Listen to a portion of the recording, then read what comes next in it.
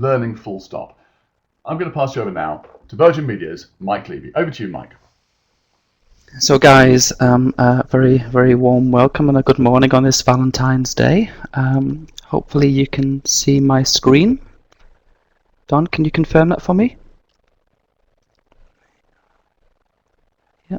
Okay, great. We can see it. And so, a whole bunch of people in the audience. Yes, we can. Yeah, Thanks very much. Go ahead. So first of all, so Edward already has dropped the E, I can see it in the chat, so that's kind of a nice move from Edward, so maybe that sets the tone for the next hour or so. Little bit then about myself. There's my huge head. I look after learning technologies within Virgin Media. I have around 10 years experience in this kind of sphere. Before that, kind of 5 years or so in that kind of management and leadership development kind of world. Always with a kind of a view to kind of how we can use technology to better enable kind of behavioural training, which was at the time was kind of you can't use e-learning to train kind of behavioural stuff. So always had a real passion for kind of how we use technology to move knowledge around the organisation. Okay, is the sound okay, guys? Okay, brilliant. Okay, so yeah, before that, kind of a lifetime of making dodgy dance music. So if any guys were in like kind of Ayia Napa or Ibiza in the early 90s, you may have been dancing to some of my disco music. But there you go, we'll move on from that one. So yes, so today is Valentine's Day, and just in case all of you learning professionals were so excited about this session that you may have forgotten that. So as you've already seen, you can download one of Tesco's own Valentine's card. For those of you that are in the UK, this is a joke. This is the cheapest range that the Tesco group do, and you can see it's a multi-pack card, not to be sold separately. So there's hopefully a link, and you can kind of download that and share with it as you will. Now, I guess kind of this presentation, I wanted to make it interactive and as two-way as I possibly could. A lot of the things kind of I'm talking about, I don't feel I have all of the answers. However, and I think there's a lot of knowledge and experience in this group, and hopefully to be able to facilitate some of that conversation within the chat room. So throughout the kind of presentation, I'm going to be throwing questions out to the group. And I guess the first question is, what challenges are you guys actually facing in changing the perceptions of e-learning, social learning, virtual classrooms, learning in general? So what is the ethos? What are the mindsets? Are people still thinking that learning has got to happen in the classroom, otherwise it's not learning? So maybe we can kick off the session with some of those challenges that you are facing, and let's see if we can get some conversation going as I begin to go through the presentation. So just a little bit of background around Virgin Media. For those of you that don't know who we are. So Virgin Media are the largest Virgin company on the planet. We have around 23,000 employees across the UK, and we have partner locations in different locations across the world. Turnover around 4 billion, 10 million cable customers across the UK. And you can see we also have a huge kind of business arm which we provide services to over kind of 60% of the UK's health and emergency services, and you can see the various stats there. So basically a quad play, broadband, mobile, fixed line telephony and TV services provider in the UK with the £13 billion national fibre optic cable network within the ground. So that's a bit who we are. The rough agenda then for this morning is that I really kind of want to talk to you about kind of what it takes to operationally land kind of e-learning or award-winning solutions. I want to kind of talk to you about kind of how we go about ensuring the end user is at the centre of everything that we do, and the practical easy steps that we take. And how then we also within Virgin Media really trying to drive this culture of a learning organisation. And part of that strategy is how we use kind of free tools and resources that are available on the internet. So we're going to kind of talk about that. And then finally kind of talk about how we might strategically configure our LMS to begin to really tactically align content to support the organisation's objectives for different areas of the organisation. So there's the kind of the four areas of themes that I'm going to go through this morning. Now, what I want to do is kind of make sure that this is pragmatic and grounded. I really don't want to be one of these presenters that just talk at you guys and not really describe the lessons that we've learnt and the journey that we've been on. So I will talk about the mistakes that we've made and what we've learnt from them, and hopefully to avoid you guys making the same mistakes that we have. I guess the first thing I really like to say is that none of this is rocket science. For us and for me and my team, it's simply about applying some deep thoughts into really thinking about how people learn, and then putting some energy behind those thoughts and those concepts. And for us, it's also about creative and how we pave the way for new types of interventions and ways we're thinking about training and learning in general. So I don't want to teach grandma to suck eggs and all that kind of thing. There will be kind of stuff that we'll talk about that might seem blindingly obvious, and it might be. It's just thinking about that stuff and trying to kind of let those thoughts display, in your activity and the actions and the projects that you put in place. If I could summarize, our approach is basically, what is the best way of transferring that knowledge that's in that person's head and moving it into that person's head so that it sticks. And that is our starting point as we begin to think about the types of interventions that we have. For us, it goes back to the title of the presentation. It's drop the E, drop the social, drop everything. What tool set do we have available at our fingertips to transfer this knowledge around the business? So yeah, and I guess that was almost to summarize where we are.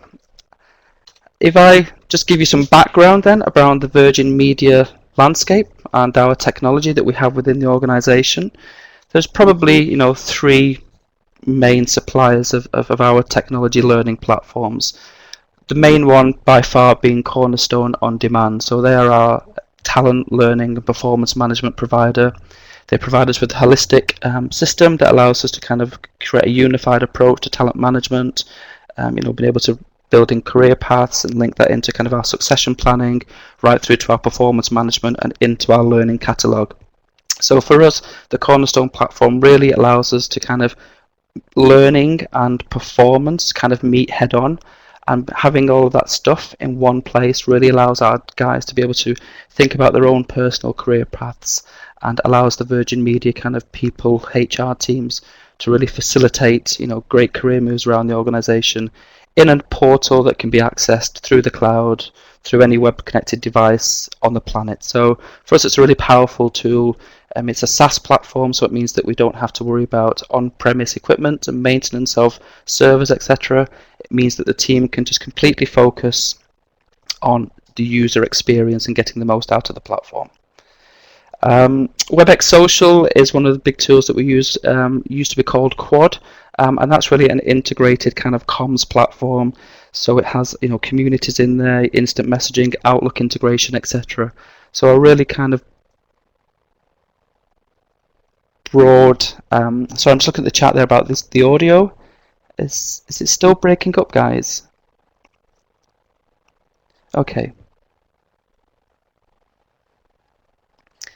Okay, thank you. Just to let you know, Mike, I've got two machines and the audio is fine here. I would just keep going. You're being very clear.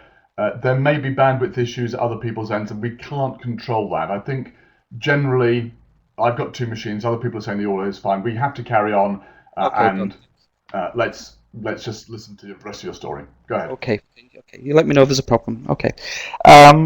So yeah, so we kind of, so we have the kind of the WebEx Social tool set across our organization, and we've integrated WebEx into the Cornerstone platform.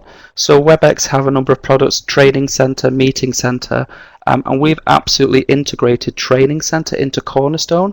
Our Cornerstone platform we've called Ignite, and Ignite is the name of our LMS. So we didn't want to go for the Virgin Media Academy or the Virgin Media University or anything like that. It was much more passionate about sparking, passion within people and a real energy and creativity to develop themselves, which I guess underpins our kind of strategy of self-motivated personal online development through the platform.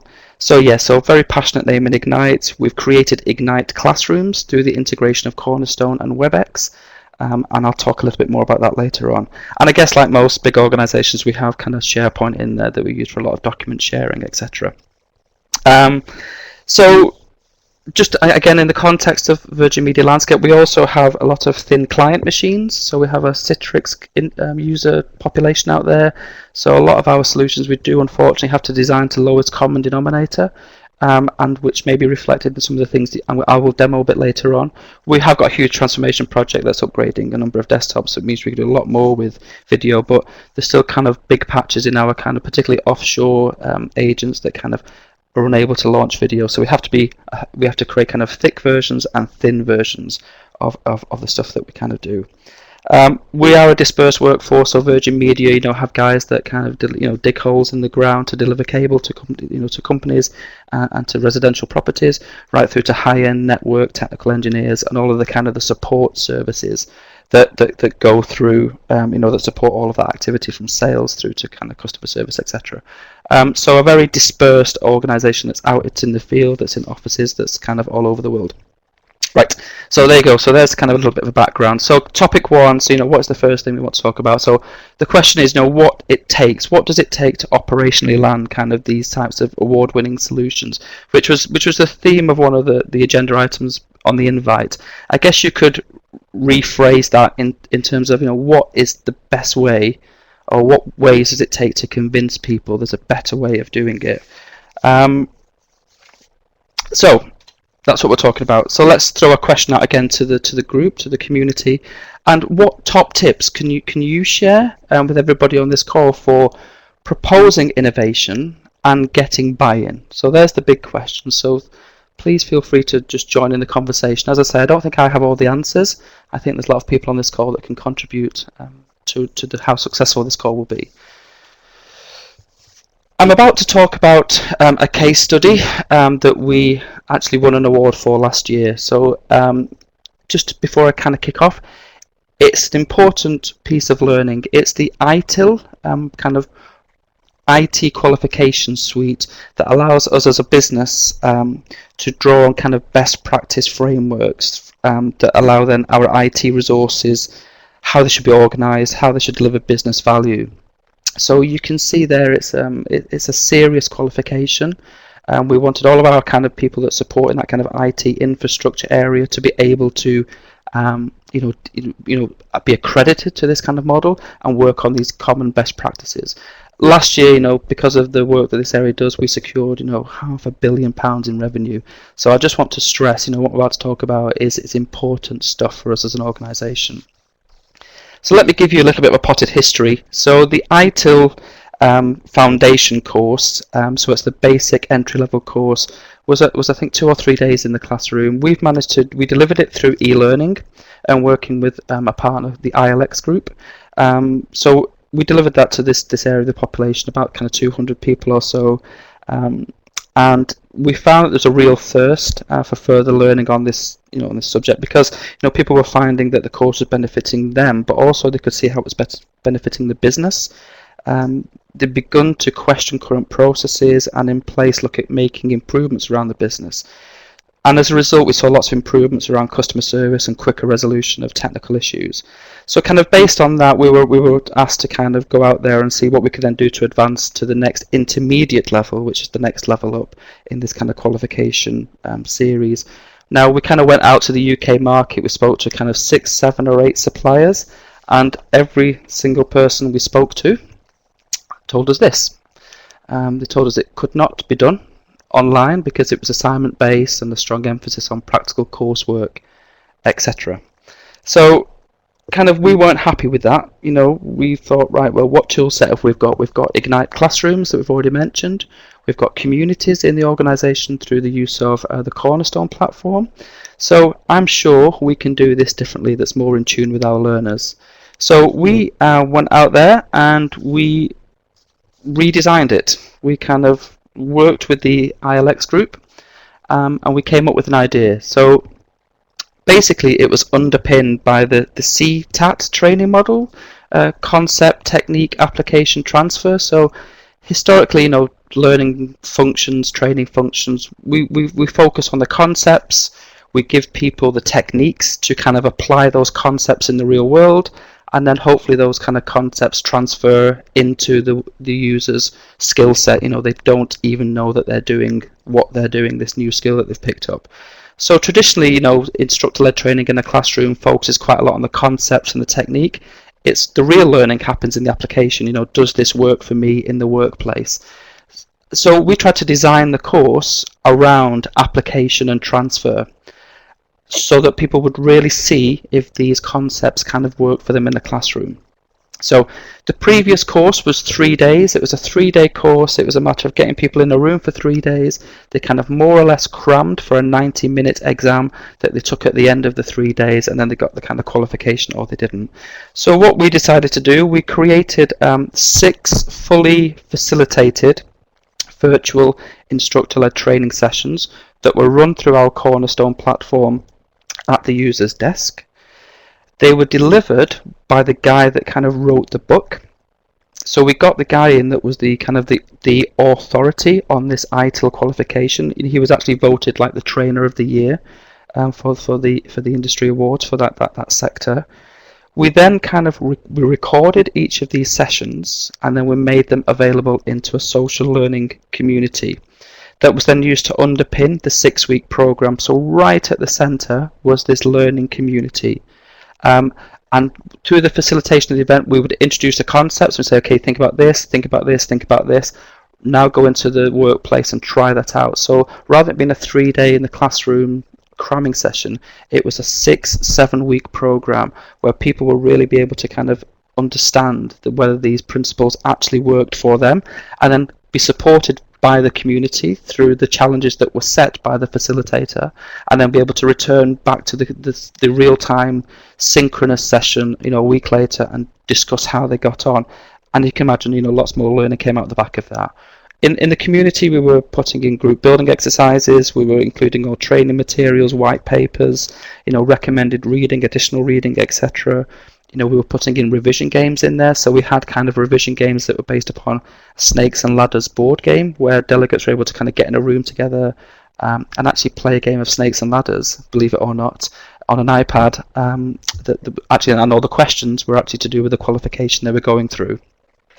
So there was the kind of the high level design, and that's kind of what we ended up with. So I'll give you some numbers in a sec, but really Virgin, I don't want to push the Virgin brand too much down your throats, but we're really interested in the impact it has on people. We really believe that our people are our key to our success. If our people love working here, are successful, they in turn look after our customers, and our customers then in turn look after our shareholders. So it's a mantra that goes right through the Virgin organisation. And I guess some of the stuff that we were hearing from our delegates could be summarised in a number of ways. So we saw kind of wait lists, uptakes, recommendations. We saw as soon as we put this course out in this format, we saw the wait list triple, and then we saw it triple again. We had lots of feedback about kind of work-life balance, about the beauty of it being at your desk, about, there's no time away from the family. You don't have to kind of come back to a million emails after 3 days out of the office and catch up on your workload. We had great feedback about how it was that the design understood the people in the roles. So you can see there's a quote from a lady that said, the course recognised me as a professional, but as a mum, I didn't have to spend 3-4 days away from my kids. And it understood that I work in a role that we get called out to fix problems that are very serious, that are priority ones. So the fact that I'm not off-site for 3 days means that I'm available if something happens, to be able to fix that in the office. And we also saw this really powerful thing where it was bringing people together across our organisation. So we'd found, groups of people who were working on common. They didn't realise that other areas of the business were facing the same problem as they were. And as such begun to form their own kind of little working parties, and through the community begin to work on shared problems. And we found this existed long after the course had finished. And it's still going on to this day. We've still got delegate feedback that are still active in those communities as a direct result of this program. Now, of course, I don't want to seem, green as grass. It was very difficult to get here, and we had people that were convinced that we shouldn't do this, that training should be in the classroom, and how the hell can you do training at a desk in the office? But of course, people could do this training at home. They could access the Cornerstone platform, off net, through their iPads, etc., in their own privacy of their own offices at home, etc. So. Of course, we had those challenges, and through some great business partnering, we had our operation talking to the senior directors, etc., and the people, and ensuring that their needs were kind of being listened to and met, that we managed to turn quite a lot of people around. And I think, as you can see in one of the quotes, is that one of the feedbacks, at the end of the sessions was, people don't expect us to do that course in that old way anymore. So really powerful stuff. So just let me give you some numbers. So for this ITIL qualification, the UK pass rate is 67%. We achieved 87% with our 3 pilot programs. We even had one of our people achieve 100%. Now, apparently, this is unheard of from the ITIL group. It cost around, 18,000, and it would have cost around 65,000. So we could have trained another 200 or so people at the same cost. So that was our kind of 3 pilot groups. We then went on to run this thing 11 more times. We saw the pass rate actually increase by 1%, so it proved it wasn't kind of a one-off fluke. We've had a number of our people achieve 100%, and you can see there the numbers around the cost. But what's really interesting in our heartbeat engagement scores for this area, we saw those rise by 17 percentage points. So really kind of right. Okay, must be doing kind of something right. And I guess what's interesting to think about is the legacy that's now left us. So we really do have the facilitation of cross-divisional networks and teams working on shared problems. We have been able to fundamentally affect the Virgin Media management and leadership development strategy, because as a result of this program, we've been able to kind of demonstrate that this type of thinking works, and as such, we have underpinned our management development programs for both our core, which is our bulk managers, and our operational managers, the more senior managers, with these social learning concepts at the heart. It's synchronized with virtual classrooms that can be facilitated remotely from anywhere in the world, by the guy that wrote the book. As an example of that, we have an Orbit program, which is for aspiring managers, which was around a 12-month program that was about 12 to 18 days in the classroom. We are now doing that with only 1 day in the classroom, and the rest of it is done through social distance and virtual methods. And again, the feedback we're getting from delegates has just been fantastic. I mean, it's helped us also with the kind of deployment of our virtual instructor-led training. We've been working with companies such as Alignment around how we kind of tactically land VILT across the organisation, and we've seen huge, benefits on the adoption and perception of actually what technology can do for our organisation. And culturally, as I say, we've begun to really challenge what does e-learning mean in 2013? So what does electronic learning mean? And we're beginning to get some really different expectations of what training is. Our business is beginning to see us as a function that helps them meet their objectives, and that we are a commercially aware partner and not a costly support function. So we're getting some real kudos around that kind of senior team, with the fact that we can bring programs to the organisation that don't mean there's going to be resourcing and headache challenges left, right and centre.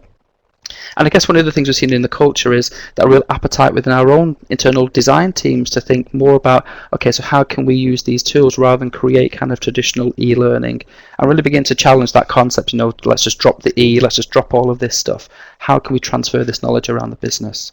So I guess for us, summarise, from that quote that we got, we managed to kind of make the impossible possible, which in turn then has had an effect on the ILX group, the people that helped us with this, that had the courage to go with our plan.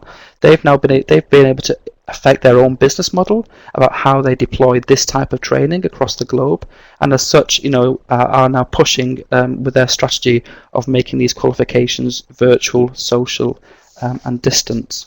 So, and I guess, why we're doing this, it's not just because it's cheaper. Of course, there was cost implications, but we're doing it, because we solely 100% believe it is a better way. And I think we've got the numbers to kind of prove that. And just for those of you, there's the award that we won with the e-learning awards for the best use of synchronous e-learning. So I'll go back to that question. So what does it take to convince people there's a better way of doing it? So let me summarize it. So be trusted. Ensure that you're a trusted partner. So that means kind of getting smaller wins under your belt. Don't kind of go in and be too radical.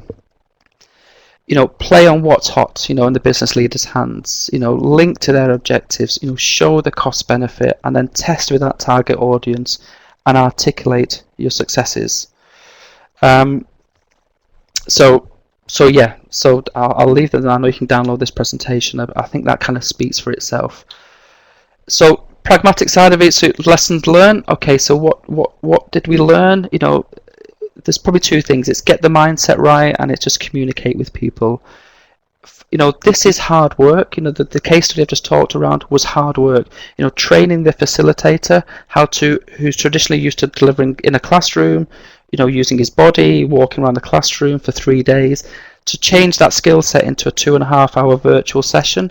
Very difficult for him and for us. Then facilitating these communities, ensuring they're active, ensuring the right level of information is in there, that people are driven to go in there, that they're finding use in it. All of it takes resources, and it really isn't easy. So it's a kind of, do we really believe it's the right thing to do? And if we do, and if we want to prove that business commercial benefit, then as a training function, we need to realize that we need to put effort into this. You can see there's clear roles and responsibilities and prepare for some trial and error, etc. And that whole communicate thing, stick to your beliefs, remind yourself of why you're doing this, be accessible. People will want to air their frustrations. Communicate how well it's going. Big up your delegates, tell them they're doing fantastic. Keep line managers in the loop, and and shout about what you're doing. Stroke people's egos. So I'll move on, because now there's 4 things we want to talk about. So there's the first thing around this case study. Let's take a deep breath. Okay, the second thing is, now I noticed from the chat there is some questions around, are we actually going to go into the system? Yes, I am going to show you some of our system as we begin to talk about kind of putting the user front and center. So this is it now. So so how do we ensure that our user is front and center, and the practical steps to take? So again, I'll throw the question out to the group. Broadly, what successes have you had in ensuring through your configuration or your purchase decisions, or how you've designed programs that by really thinking about your user, where that has got you? So I'll throw that one out to the group. So this is our mantra on our team. We kind of talk about this. It's obviously a really simple quote, but it's something that underpins all of our thinking. We try and do the complex stuff in the background to minimize the number of button clicks, to minimize what it feels like for our customers, and we spend so much time thinking about, all right, so how can we make this even simpler? Now let me go into our system and give you some examples of that thinking. Okay, so hopefully you can see we're now in our live environment. So this is our Ignite platform for Virgin Media. So as I say, operated through Cornerstone, it's on the SaaS model, so it's on the cloud. We get quarterly updates based upon kind of user feedback. So I think there's around 10 million customers that use the Cornerstone platform at the minute. And please, somebody correct me if I'm wrong. I think it's quite high now. And all of those customers feed in recommendations. Why doesn't it do this? Wouldn't it be great if it did this? Which the Cornerstone guys change and translate into a roadmap, as well as their own kind of product development ideas. And so quarterly we're getting this platform updated. As such, I have a full-time change manager on my team that's really managing that change and ensuring whatever we put in place and lands successfully in the business, and we're fully utilizing the improvements and enhancements on the platform. So one of the things that I'm saying that because it allows us to focus on the end user and not on IT infrastructure stuff. If I kind of talk about what we've done, so I know it's a bit difficult because I'm on a wide screen here, but we've kind of thrown up this touch tiles interface. It's done in HTML5, so it's iPad friendly, it's not Flash, anything like that. This all works completely beautifully on an iPad or a tablet or on your phone. And basically we've put this here is an e-learning course. We've created an e-learning course and put it in the front of our platform, and we're using this e-learning course to be able to promote and shout about what is on our LMS and really help our people drive through, get the most out of the platform.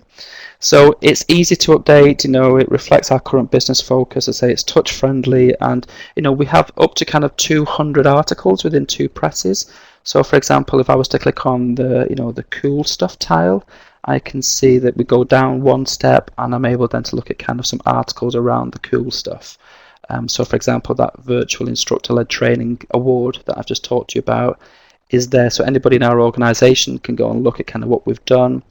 As you can see, we're embedding videos, etc. Because people are on a thin client machines, we also putting in QR codes so that people who have a smartphone be able to kind of watch the video at their desk. So again, trying to work around the limitations that we may have in some of our offices. Of course, this can be accessed off net, so we make a big deal out of you can watch this from home if you want. And as you can see, we can be able to present quite complex articles within a couple of clicks of the portal. So the thinking that's kind of gone into this to try and make sure that it makes sense to our people, there's a lot of work that goes into doing something like this, but absolutely, having 200 articles within a number of within 2 clicks, we found really high levels of engagement, people knowing actually what's on there.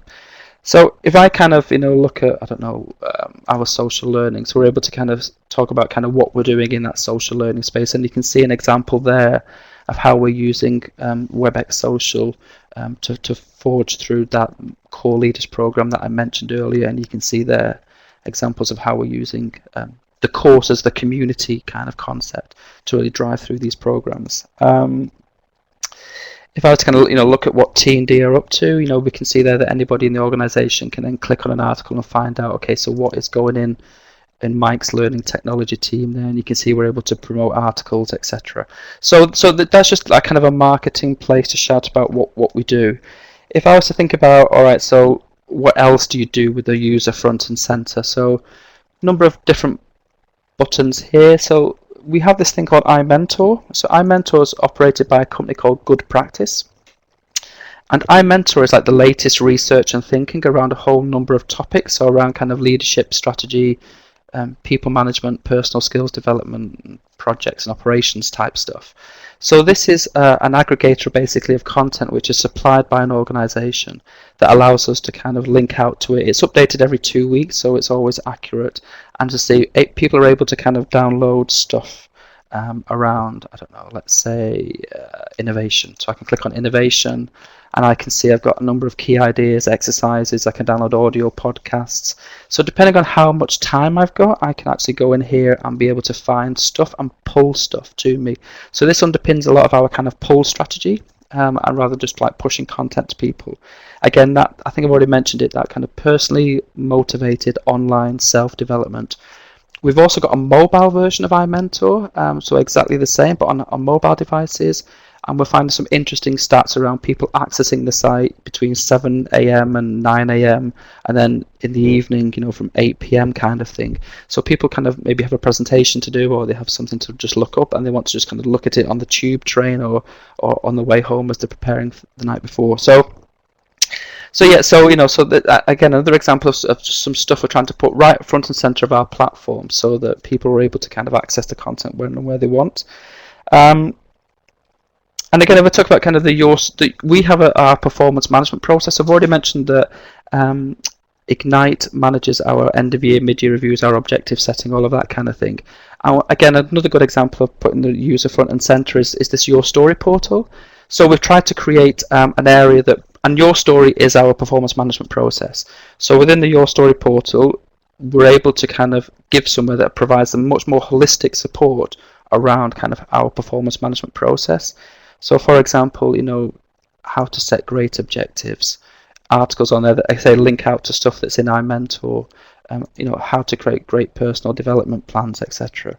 Things around kind of, what does great look like? So we've gone out there and interviewed our managers and senior directors around the real benefit of kind of having great, personal development plans, setting fantastic objectives.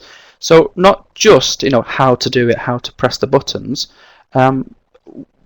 but much more holistic kind of support. And I guess if you look at this kind of support stuff, you can see we're providing people with exercises, with links to how-to guides, with just some top tips. All right, so top tips, I want to kind of, I've got some, for example, we found 85 top tips around personal development plans, and we've kind of filtered that for our people and provided them a link to it so they don't have to do it. Again, trying to make the user at the front and center so that they're able to find what they want very, very quickly.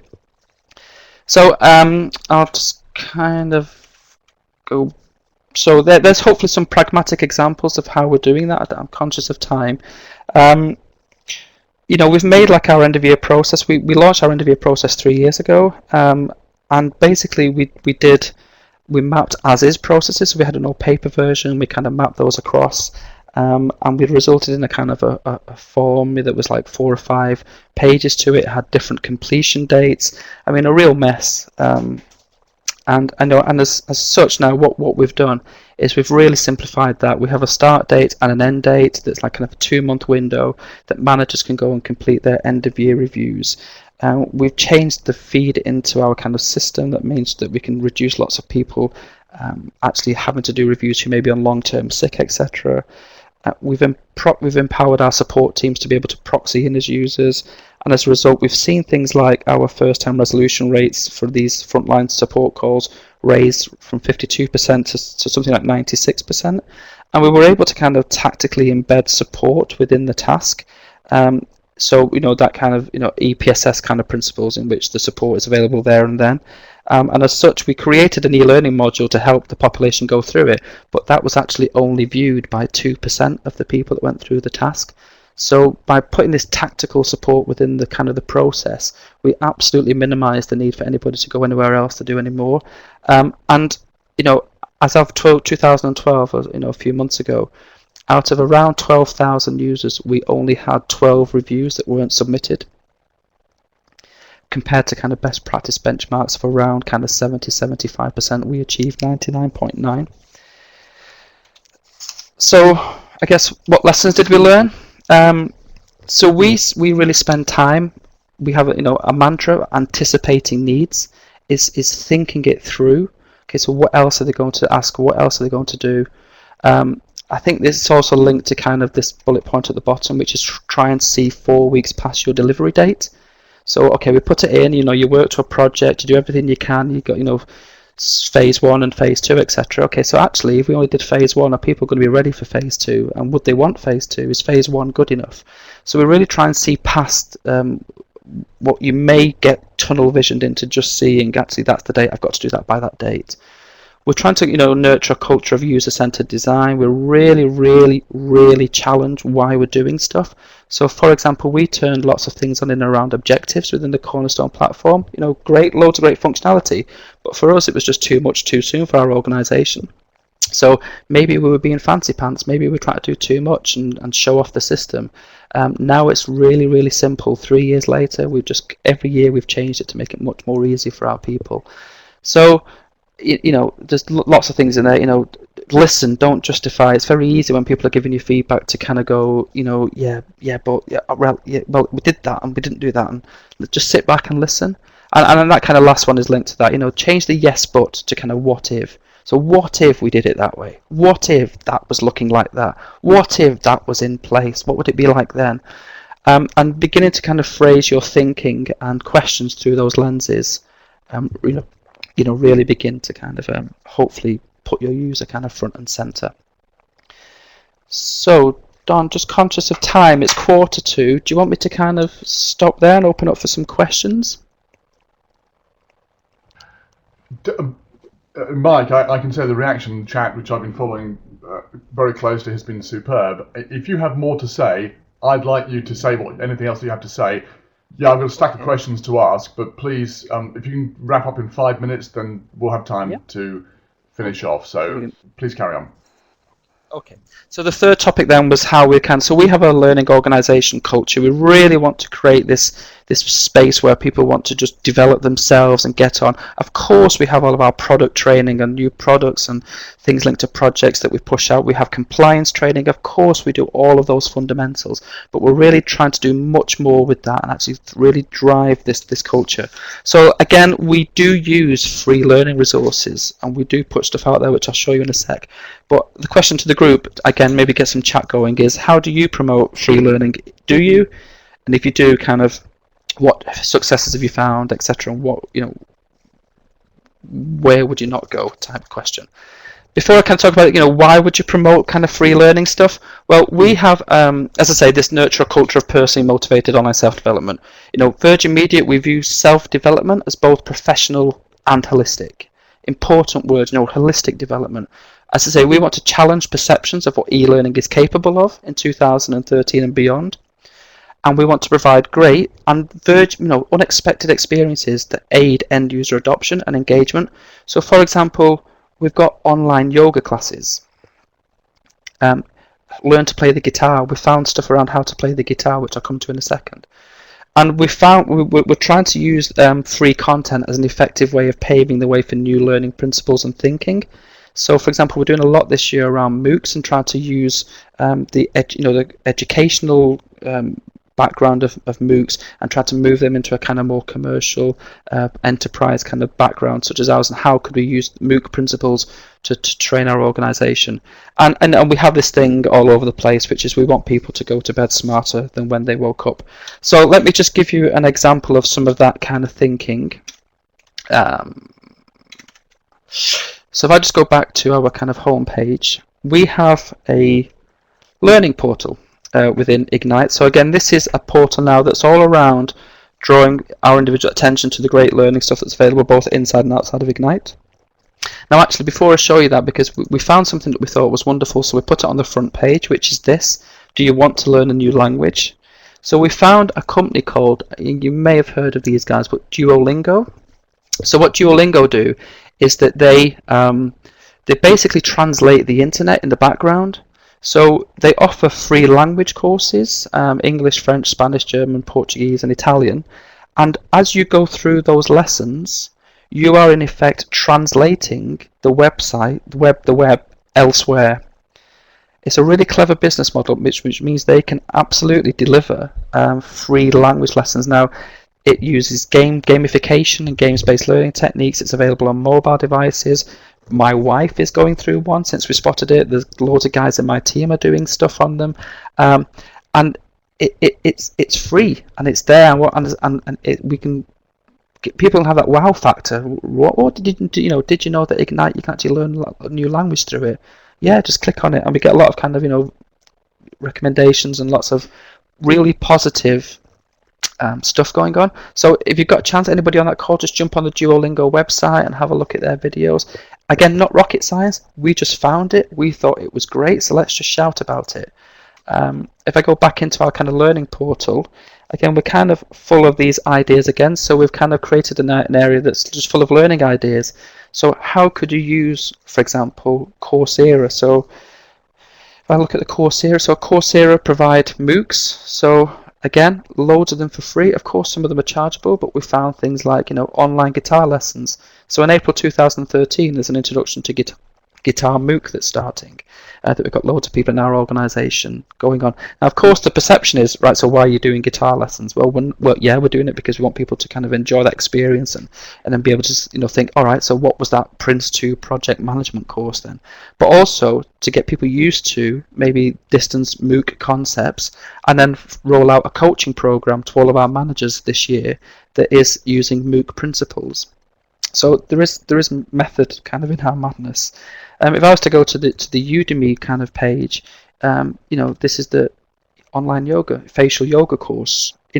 So for iTunes U, if anybody's gone to the iTunes University, 500,000 free courses. If you've gone to the OU, so the OU have something called, what's it called now? Learning Space, 600 online courses. So again, what we've tried to do is pull out some of those courses so you can see fiction writing, what is poetry, philosophy, music theory, psychology. stuff that, if you're interested, go and have a look. And when we've pulled out articles, what we've tried to do is say, actually, so, we've pulled out some of the three courses. Here they are. Actually, there's the next level down. Maybe this is actually more of a powerful course. And, the OU want people to go to these courses because at the end of them, you'll say, actually, you're 50% qualified to actually take the master's degree or whatever in this subject. So for them, it's really a way of kind of getting people engaged with learning. So there's a kind of a win-win going on there. We've got a relationship going with these guys. So great examples, I think, of just free content, that is available on this. Now, I could go on more about this, but I won't. What we also use our learning portal for is to pull out kind of the stuff that we make available. So we, working with the IELTS group, kind of have procured all of these various qualifications, APM, Prince 2, project management, ITIL I've already spoke about. But people can go through them. We've actually paid for the content.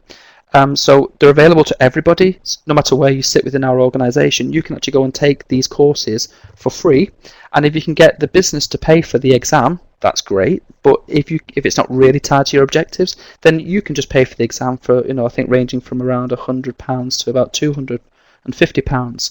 But if you were to do the courses are about, I think we found from about £400 to about £1,300. So we give the courses free to our people. And and they get, if they want to pay for the exam, then great. So again underpins this principle of just let's put development in the hands of our people and let them know it's there, and let's not to be too precious about it all. So what lessons have we learned? Be creative. Know what's out there. Know why you're doing it. Understand where it fits in, and articulate it in your strategic rationale. Comms. Stand back from, black and white training, what's the ROI? Okay, so what is the return on engagement? What am I going to get back from my people here? And how can I use this to kind of pave the way for different ways of thinking?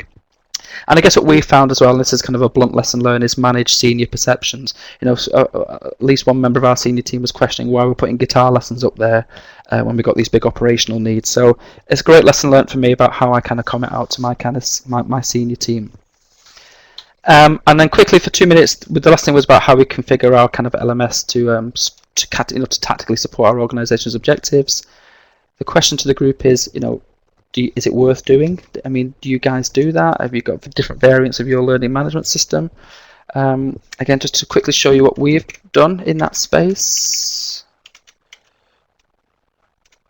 So if I just log in as a different user, so I've just logged in now quickly as a user who works within our customer contact area. So within our customer contact area, we have this framework which we call Voice of Our Brand, which is a framework which our agents, answer calls to and are scored on. So they actually these are metrics that they are scored on, which affect their bonuses at the end of the month, etc. So what we've created is that when they come into our Ignite platform, so we've got a completely different version of Ignite for these guys, and they kind of come in and these icons, these graphics represent the different call phases. So I'm a manager or I'm a guy on the phone. I've got scored poorly on recognize, which I know that this icon means.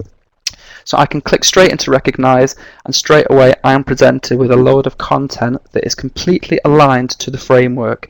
So if I've scored low, I can come in here and have a look at the different areas of focus under that kind of category, and then I begin to kind of get some ideas and some content. So either as a manager, I can kind of sit beside my person and go through this, or I can direct them and say, okay, so get that into your PDP, get that into your plan within Ignite, how that then links into your objectives. So as you can see, the benefits of pulling together an LMS as well as a performance management system.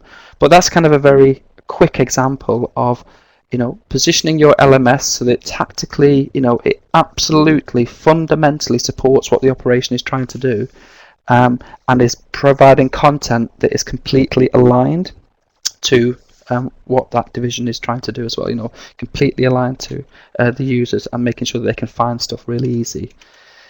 So, is that gone? Okay. And the lessons we've learned around that, so think long and hard about the commercial and/or adoption value of configuring multiple versions. Any kind of update refresh is and will consume your resources. And once you've done it, it's really hard to go back to that kind of vanilla platform. Align your catalogue so that it becomes a valuable part of the workflow. It's not just something that people remember to go to. They kind of have to go there to do their jobs, and we're doing a lot more work this year around EPSS and making that kind of valuable.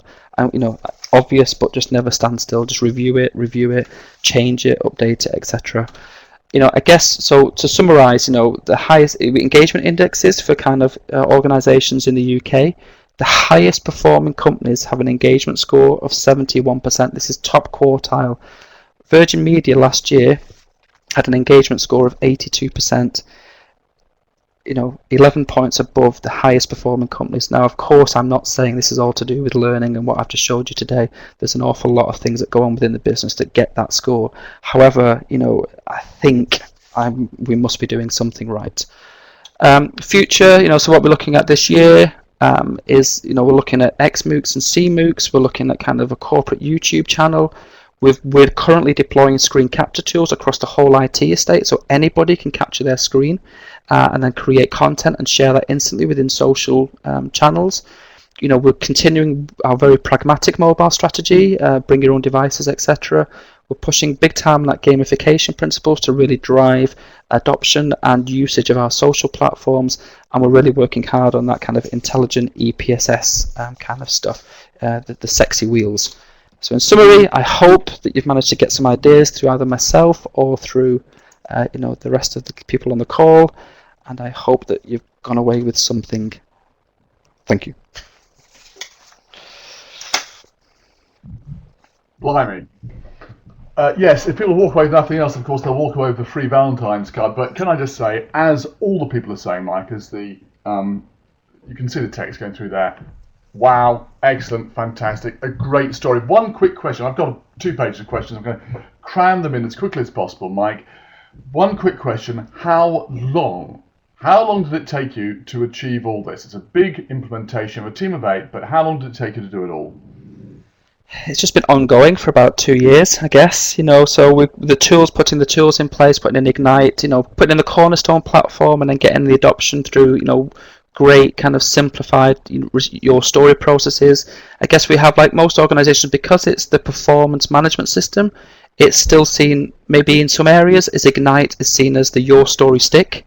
It's the stick that beats people up every 6 months because they've not done their end of year reviews or they've not updated their objectives. So, of course, we've not cracked it yet. We still have all of those challenges, and we still have areas of the business that kind of go, well, I just still see it as your story. So we're kind of still changing hearts and minds, but you can see we're trying to put a lot of creativity in it, and it's a continual ongoing thing. What can we do next? How can we make it more commercially aligned? How else can we get this knowledge around the business? How can we get our design teams understanding exactly what's capable and challenging their own views of which is the best way to design this solution? Our business partners to work through with the operation, knowing exactly what's going on. So Don, it's a very hard question to answer. Last year was a big year for us in terms of winning this award and really proving that. Now this year's all about leveraging that, I think, and using it to our advantage. All right, look, Mike, because we're on voice over IP, I can't interrupt you and say anything, so I'm just going to, I've got 2 or 3 questions I want to get through, which I'll throw at you, which I'd like you to answer as quickly as possible, given that we've got a few minutes left. The first one's a rhetorical question. Everyone's saying, are there any jobs in your team available? Because they'd love to work in that place. You don't have to answer that one, but if you're interested, there's Mike's email address. You can contact him directly. We had a bunch of hard questions to ask. Rob wanted to know, what negatives did you encounter? What problems? I think you did cover that. Rob's question was early on. Tex and a number of other people like Wendy wanted to know how much. You don't have to answer the question. It may be commercially sensitive, but can you give people an idea of the budget for this sort of thing? A lot of talk around administrative resources. How much administrative resources does it take just managing the portal and keeping it ticking over, as well as everything else you do? So 3 questions there. Cost, negatives, yes, and admin resources. So the resources in my team, we have 6 of us, but there's 3 roles that are dedicated to Ignite and the adoption engagement of Ignite. So I have a kind of a support manager, which deals with the support stuff through our frontline teams. We also have frontline teams that deal with the first line calls that come in, and IT technical teams that deal with that stuff. So we support those guys in second line support. I have a full-time change manager that deals with the change roadmap and delivers a number of initiatives through the project, through the platform. And then I have what's called a configuration manager, which is that higher technical, delivering the bigger value projects, talent, which, you know, there's a lot of stuff I've not talked about today, which is like talent paths, career paths, succession plans, all that stuff we're doing through the Cornerstone platform, and linking it back into learning. The focus today was on learning, so I kind of have those 3 roles that specifically around that kind of broader HR, people management stuff. And then I have kind of 3 roles that are in around kind of maximizing our content. So one role around kind of getting the most out of our static portfolio, etc. Making sure we're not reinventing wheels around the organization, and kind of 2 roles which are around kind of that social, virtual, collaborative stuff. Again, using a broader tool set, not just the Cornerstone platform, but other stuff as well. So that's the sort of team, but then we kind of have influencing lots of other people and connecting with lots of other groups around the business. The cost-wise, it's, you know, we're a team that just tries to do the right thing. We have a good management structure that understands where we're trying to go, do less with more. I think the return on investment in our team is quite high. The impact that we're having is quite high compared maybe to other teams and other roles. So I feel comfortable how we kind of justify our time, etc. So I guess that's the cost one. Don, what was the third one? Sorry. Negatives. What negatives did you come up against and how did you overcome them? So negatives is just that you might not already have covered. Yeah, it's that ongoing. Broadly, negatives across the platform is still that kind of, it's a stick. It's the change program. You know, it's the your story kind of stick that goes on. We've made mistakes around how we market some of these MOOC things that people, senior teams, saying they've not necessarily why we're doing, you know, effing guitar lessons when we've still not got a great product portfolio suite on there. You know, you kind of, you know, that kind of stuff is going on. So it's kind of making sure that we're being seen to, as well as push the envelope and drag the organisation with us, that we're absolutely also doing the fundamentals. Things like compliance training, which again I could have taught you guys about for another 10 or 15 minutes, but I won't bore you with that one. But trying to get those fundamentals right so that compliance just looks after itself, dynamic recurring enrolment, etc. We can just stand back from it and the operation knows what's going on. So I think, you know, if you look at the presentation, you will see maybe in some of the lessons learned, there's a lot of insinuation in the mistakes that we've made. And if anybody wants to kind of pick up with me or drop me an email, you know, I'm more than happy just to talk through stuff and help people within this group land some of this stuff in their own organisations. Mike, I do have a bunch of other questions that I have to ask, but we are over time and we never run over on that. I'm going to just put over 2 links here. If you want to see the Valentine's Day card, of course, you can download it from there. It's a high quality, high class card. The web link, if you click the browse to button, that will enable you to just go off and browse through the 3-minute video that has been put together by Cornerstone on Demand about what took place at Virgin Media. A number of people have said, Mike, thank you very much. This is very impressive and very useful, which we always aim to be. But other people, and I think this is a very good point, have said, thank you for sharing your passion. And I think that's terribly important. It's not good enough these days simply to be a good craftsman. We have to have passion in here as well that enables us to overcome the bumps, make things happen in the workplace, especially when we're changing and making things happen on a big scale like you are. I just want to agree with everybody here. Thank you so much, Mike, for a great presentation. Great content, put over really well. And I have to say, in a very self-effacing way. If I had your story, Mike, I'd be shouting it from the rooftops. I want to say also to everybody here in the chat area, thank you very much, guys, for a great contribution that you've made as well, because as always, learnt a lot from everybody here from the contributions that you've made. I am very quickly going to finish up my housekeeping and then we will go off to, well, hopefully to see you again after the next one later on today. So if you've enjoyed the session, please do go off and click on those links to read more, to hear more about it, and do tell people about it on Twitter on #LSG Webinar. We can download the webinar recording and text chat. On Monday, we'll probably have the recording available, and that's available from learningandskillsgroup.com. That's the URL. Okay, let's drop that into the text chat area. There we go. So that's where you can download it from.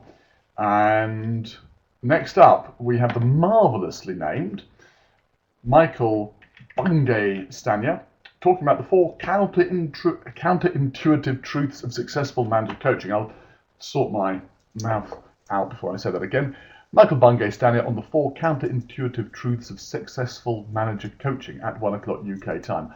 I do hope you can join us then, but in the meantime, just remains for me to say thank you to everyone for your contribution, and once again, thank you to Mike, Virgin Media and Cornerstone On Demand for making this morning's presentation possible and, frankly, So inspiring. Thank you, Mike. Thank you, guys. Thank you.